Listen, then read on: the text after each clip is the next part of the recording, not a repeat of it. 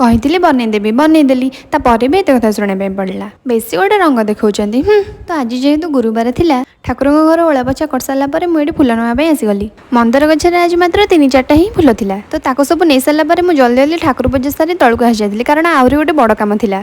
ତ କିଛି ଦିନ ତଳେ ସ୍ୱାମୀ ମୋତେ 3ଟି ମ୍ୟାଗି ପ୍ୟାକେଟ୍ ଆଣି ଦେଇଥିଲେ, କହିଥିଲେ ମୋ ପାଇଁ ବନେଇଦେବ। ହେଲେ ସେ ଯେତେବେଳେ କହିବେ କି ମୋ ପାଇଁ ବନେଇଦିଅ ସେତେବେଳେ ମୋର ଆଉ କିଛି କାମ ଥିବ। ତ ସେଥିପାଇଁ ମୁଁ ବନେଇ ପାରୁନଥିଲି। ଆଜିକାଲି କହି ଦିନ ଗଡ଼େଇ ଚାଲିଥିଲି। ତ ସକାଳେ ମୋତେ କହୁଛନ୍ତି କ'ଣ ସେ ମ୍ୟାଗି ଏକ୍ସପାୟାରି ହେଲା ପରେ ମୋତେ ଖାଇବା ପାଇଁ ଦେବ। ସେଠୁ ମୁଁ କହିଲି ହଉ ରୁହ ଆଜି ବନେଇ ଦେଉଛି। ତ କାମ ସାରି ଆସି ମ୍ୟାଗି ବନେଇବାରେ ଲାଗି ପଡ଼ିଲି। ସେଇଠୁ ମୋତେ ଆସି କ'ଣ କହୁଛନ୍ତି ଜାଣିଛନ୍ତି? କହୁଛନ୍ତି କ'ଣ ଏ ମ୍ୟାଗି ବନେଇବା ପାଇଁ ଆଜି ଲଗ୍ନ ସୁଝିଲା। ମୁଁ ଯାଉଛି, ମୋର ଡେରି ହେଲାଣି, ମୁଁ ଆଜି ଖାଇପାରିବିନି। ମୁଁ ବି ତାଙ୍କୁ କହିଦେଲି କି ଏତେ କଷ୍ଟରେ ବନେଇଛି ମାନେ ଖାଇକି ଯିବ। ଡେରି ହେଉ କି ଯାହା ହେଉ ସେ କଥା ମୁଁ ଜାଣିନି। ତାପରେ ତାଙ୍କୁ ମ୍ୟାଗି ଖାଇବା ପାଇଁ ଦେଲି।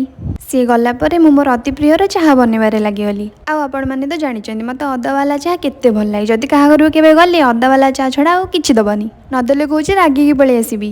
ଆଉ ମୋ ସ୍ୱାମୀ ମୋତେ ଯେଉଁ କମେଣ୍ଟଟା ମାରିକି ଯାଇଛନ୍ତି ଆସନ୍ତୁ ଆଜି ଖାଲି। ତ ଖାଇସାରିବା ପରେ ସବୁବେଳେ ମୁଁ ମେଡ଼ିସିନ ଖାଇବା ପାଇଁ ଭୁଲିଯାଏ। ତ ସକାଳ ମେଡ଼ିସିନ ଦ୍ୱିପହରେ ଖାଏ। ତ ମୋ ଭଳିଆ କେଉଁମାନେ ସକାଳ ମେଡ଼ିସିନଟାକୁ ଖରାବେଳେ ରାତିରେ ଖାଆନ୍ତି ନିଶ୍ଚୟ କମେଣ୍ଟରେ ଜଣେଇବେ। ରହିଲେ।